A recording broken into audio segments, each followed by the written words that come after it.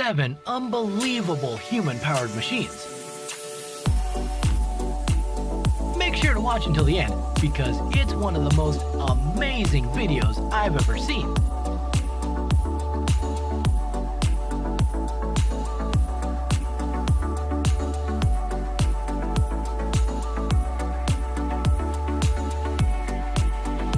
Rupert Archaeopteryx.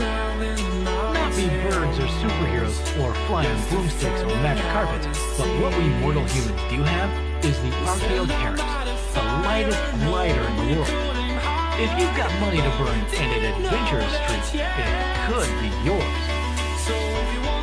Specialist in lightweight engineering since 1976, the Swiss family company Rupert Composite GmbH first delivered these hand-built flying machines to the public in 2010. The Rupert Composite first published the video in 2012. The video blew minds on Twitter when Joe Biggs posted a clip of its launch last week, captioned, "Would you ride one of these?" Since then, the clip grabbed 4.36 million views, 4,700 retweets, and 15,000 likes. As featured in the video, the micro-lift sailplane allows pilots to take flight with just a running start. The Archaeopteryx takes its name from the ancient dino birds. Dating back about 150 million years ago, the Archaeopteryx is generally considered the first bird, although some research places it closer to reptiles and suggests its flight looked more like flapping than gliding. Number 6. ELF. The ELF is a solar and pedal hybrid vehicle powered by you and the sun. The most efficient vehicle on the planet, it is a revolution in transportation and gets the equivalent of 1,800 miles per gallon. The ELF protects you from the elements and helps you stand out in traffic. Each ELF comes standard with 100-watt solar panel, dynamic dampening front suspension, and much more. What could be more fun than riding your ELF? Sharing it with a friend, of course. The ELF 2FR allows a passenger to ride along with you. You can even fit 2 small kids. The Tactical is great for community policing, events management, maintenance, or any situation where you need to all-day performance with heavy payload capability.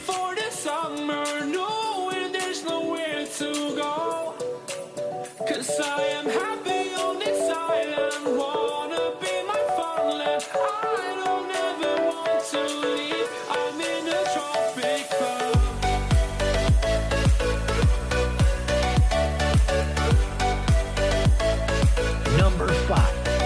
Tanawa Sub. Team Tanawa has won this year's European International Submarine Races overall trophy, plus the trophies for most reliable sub and best non-propeller powered sub. Although they reached speeds of 4.67 knots, they missed out on a world record time for a non-propeller single pilot sub by just 0.3 of a knot. 2 years ago, we learned not to copy a fish too closely. By day, Ian Anderson is a bioengineer at the University of Auckland who works on artificial muscles, and Chris Walker is a bioengineering PhD student. By night, they are part of a small team developing and building a fish-inspired human-powered submarine.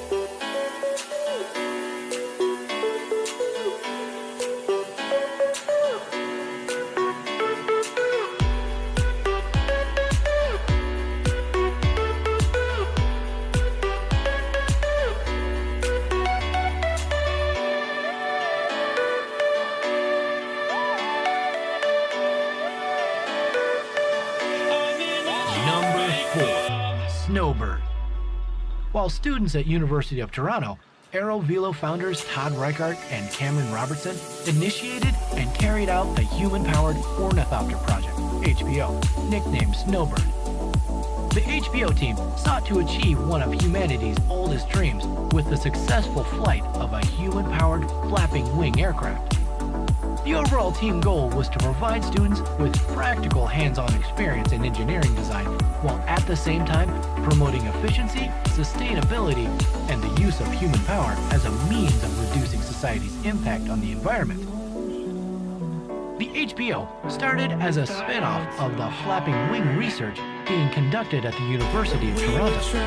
The team was comprised of a dedicated group of graduate and undergraduate engineering students. An advisory board of experienced aerospace engineers, including successful helicopter designer Professor James Delorier, lent their expertise to the project. The team also collaborated with Dutch rowing bike designer Dirk Thijs, who brought the project more than 20 years of experience in the design of efficient rowing mechanisms. A rowing bike mechanism was used in the HBO to transmit power from the pilot to the wings.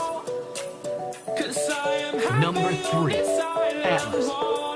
During the record-breaking 64-second flight, Atlas reached a height of 3.3 meters.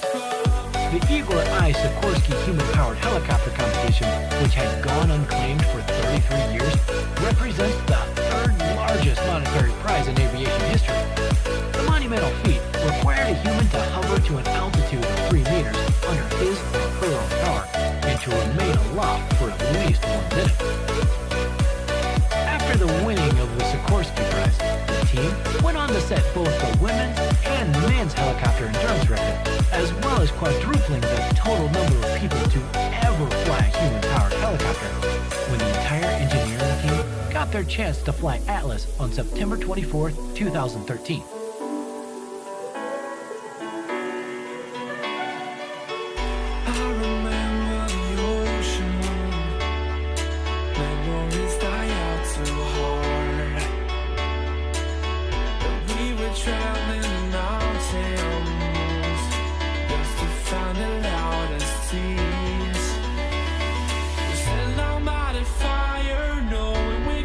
Number 2.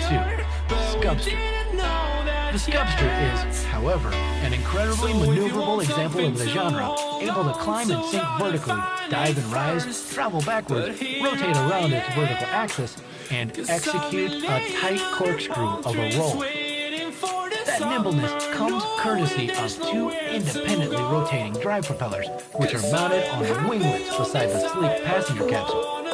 But don't expect to don your biking shorts and pedal to Atlantis. The cockpit isn't sealed, so the pilot must be in scuba gear and otherwise protected from the water that fills the cabin. That means that the effort of pedaling must not only create the power to move the sub, but overcome the drag of pushing one's leg through water. Imagine going to SoulCycle in a wetsuit, and you'll know what a drag that can be. The solution to that problem is Skubster 2.0, the Skubster Nemo, currently not quite afloat in its Kickstarter campaign. The team behind the original design, headed not incidentally by French adventurer Stéphane Rosat, has added electric motors to the contraption, as well as such optional equipment as dive lights, video equipment, and surface navigation aids. The team is seeking investors to commercialize the Skubster for recreation, exploration, and research.